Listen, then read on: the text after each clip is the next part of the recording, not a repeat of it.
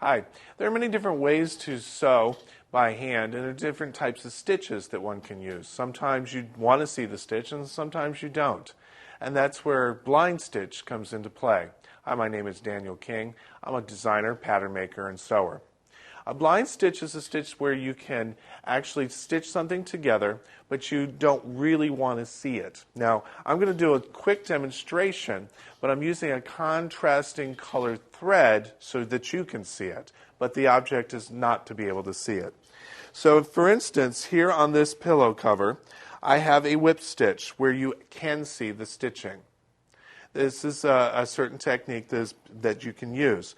But we don't want to use this. We don't want to see the actual stitch.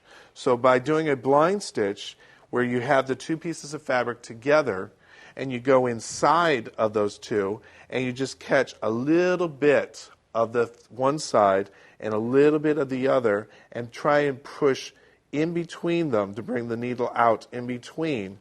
You're catching the two ever so slightly and then pulling.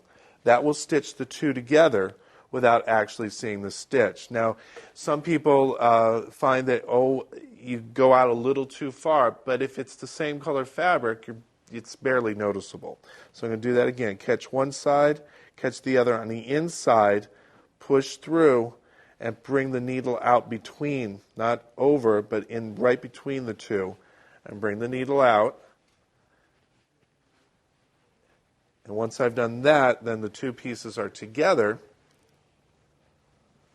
but you don't see it. It's on the inside. And that's just a little bit about a blind stitch. You can also use this on hems so you don't see it, the hems of pants. My name is Daniel King, and good stitching.